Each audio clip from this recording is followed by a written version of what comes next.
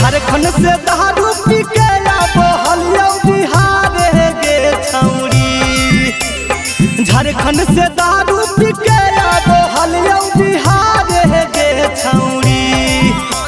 Rajauli border पर धर ले कौ 112 गे छौरी। जमुई बॉर्डर पर धर ले कौ 112 गे छौरी। मुहा में पाई बदे के कहल फुका मारे गे छौरी। मुहा में पाई बदे के कहल फुका मारे गे छौरी। रजौली बॉर्डर पर धर ले कौ 112 गे छौरी। जमुई बॉर्डर पर धर ले कौ 112